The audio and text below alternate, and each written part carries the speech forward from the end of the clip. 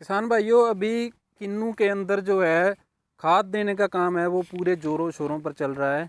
कुछ दवाइयाँ भी डाल रहे हैं, तो उनके बारे में अपने कृषि विशेषज्ञ हैं संदीप दीवान जी, इनसे बात करते हैं कि अभी क्या खुराक देनी चाहिए, कौन सी खाद देनी चाहिए, किससे परहेज करना चाहिए और उसका क्या कारण है। डॉक्टर साहब, अभी खाद खुराक के बारे में बताओ थोड़ा।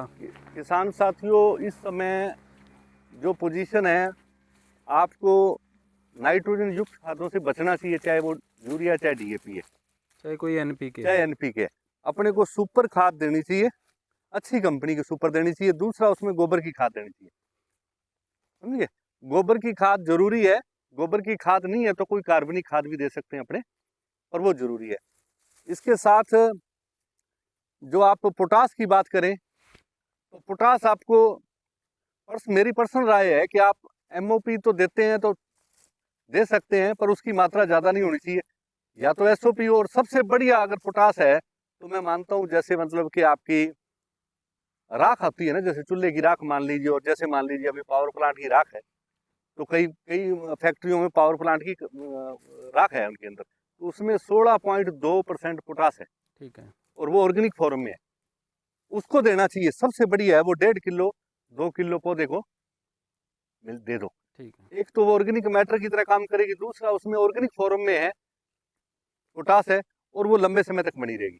अभी हमारी जमीनों की ये हालत हो गई है कि कहीं आपका नहर के पानी भी लग रहे हैं तो उसमें कहीं पीएच ज्यादा है, कई जगह ईसी ज्यादा है, कई जगह आपके कार्बन की कमी है, तो उसमें जो पोटास है वो क्षारीयपन में है। तो हम डीएपी भी डाल देते हैं, और हम बहुत सारी चीजें डाल देते हैं कई बार, तो उसकी फॉर्म सही फॉर्म में रह नहीं पाती। उस फॉर्म में ना रहने से वो पोटास उसे मिलती भी नहीं।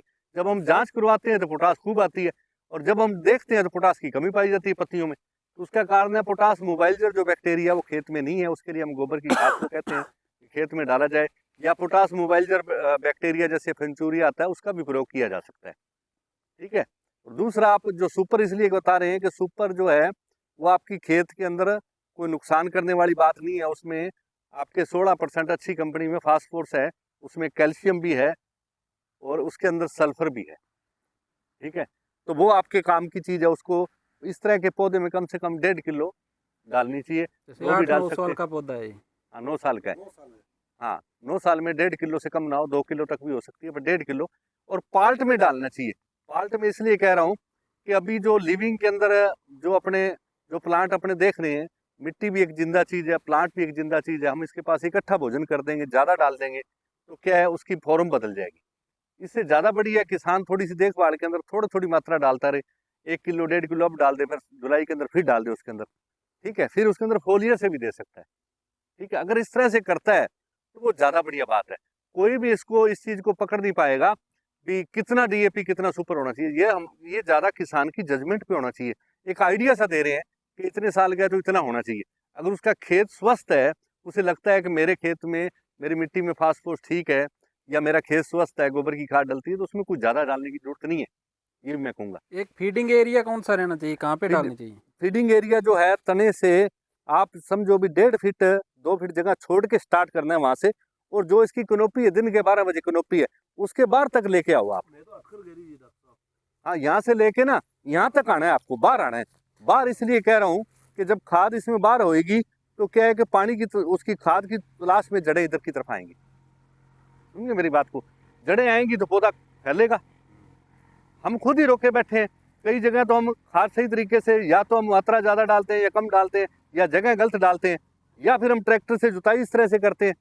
उस वजह से बाग चल नहीं पाते, समझे नहीं बात को। बाग अपने आप पनपने दो इसको। इसमें ज्यादा ज्यादा बढ़िया बात यह है कि जैसे ये ऊंचे उठा रखे हैं तो इसमें थोड़ा मल्चिंग कर दे। जैसे मल्चिंग करने से नीचे माइक्रोब्स की संख्या बनी रहे, तो हमें मल्चिंग करनी चाहिए इसके अंदर।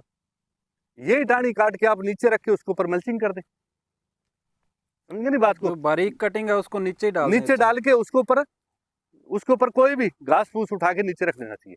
ये काम अगर किसान कर लेता है तो बहुत बड़ा फर्क है। दूसरा, जो चीजें हम कई बार बताते हैं, जैसे अभी किसान कई बार क्यों कहता है, कोई कहता है जिंक डाल दो जी, कोई कहेगा सल्फर डाल दो, ऐसी कोई जरूरत नहीं है।